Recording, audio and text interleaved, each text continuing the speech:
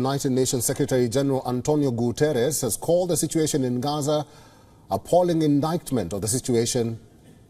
He was referring to the conditions on the ground for civilians as reported by UNRWA. The latest report on food insecurity in Gaza is an appalling indictment of conditions on the ground for civilians. The world's leading experts on food insecurity clearly document that famine in the northern part of Gaza is imminent.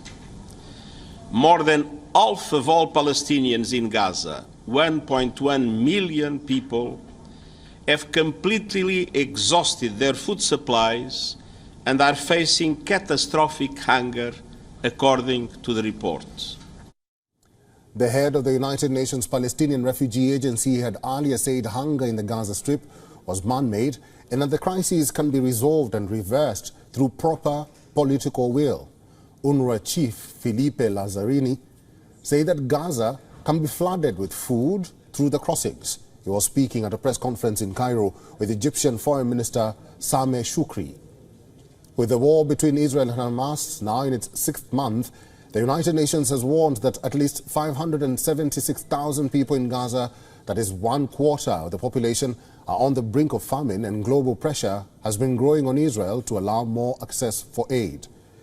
UNRWA and Egypt claim that Israeli authorities deny the head of the United Nations Palestinian Refugee Agency entry to the Gaza Strip, calling it an unprecedented move at a time of massive need. Hunger in the Gaza Strip is spreading, and this is completely man-made.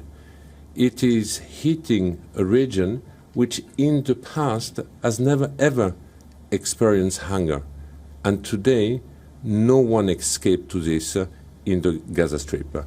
You heard last week that UNICEF indicated that the acute malnutrition among the children on the two has doubled within 1 month, despite the fact that we keep warning that hunger is spreading and we need to scale up and beef up our humanitarian response.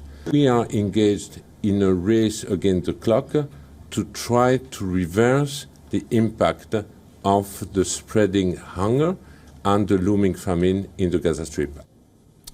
Egyptian Foreign Minister said the U.S. should make clear to Israel what the consequences of a military push into the South Gaza city of Rafah on the border with Egypt would be after Washington voiced opposition to such a move.